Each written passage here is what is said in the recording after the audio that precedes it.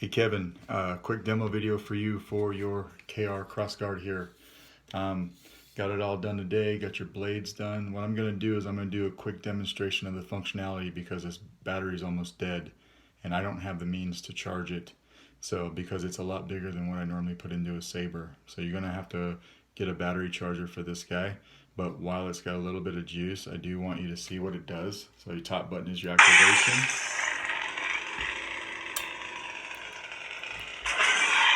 Do that one more time so that you can see the delay in the quillions, right?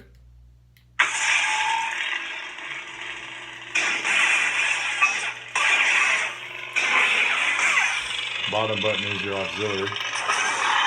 And then when it's off, you tap the auxiliary to change sound fonts. Wherever you are hard to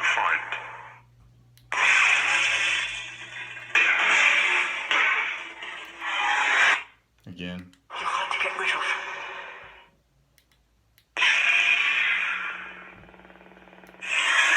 One more time. Smooth fuzz. Now these are just stock fonts.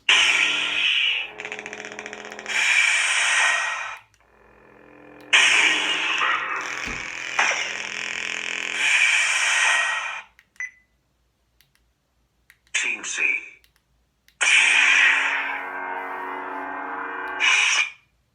Smooth Jedi. Again. Smooth Gray.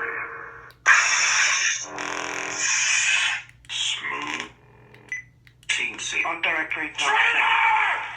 Unstable.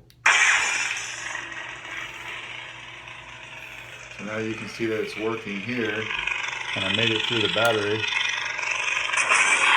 What I'm going to do now is I'm going to take the blades out, and then we can actually go over the Sabre. I wanted to make sure I was able to show you everything that worked before that battery died on me. It is a 21700 lithium ion battery. It's a 4000 mAh. I wanted to give you something big and powerful to run all three of these blades so you didn't have to worry about battery life. But the downside of that is I'm not sure what you use for chargers, but you might have to get one. I had to sand down these quillions quite a bit. They are still a super snug fit. Both same size. So you got your two quillions, I got your 1-inch blade, and here's how you open this guy.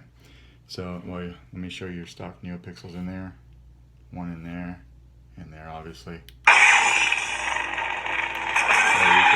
You can actually see the delay if I hold it like this as well. Now what I did with this wire is I cut the wire right here at this clip so that I could take the top one and just pull it out, and then the bottom one I JB welded in there so it will never move. So that way when you take this, so when you get it, there will be a screw right here. I don't have it in right now because I've been testing it, but you want to loosen that up a little bit. Take this, turn it counterclockwise like this, and then just pull it out. Just like that. It's on a J-lock system, much like the Graflex replicas. And then here is the inside of your Sabre.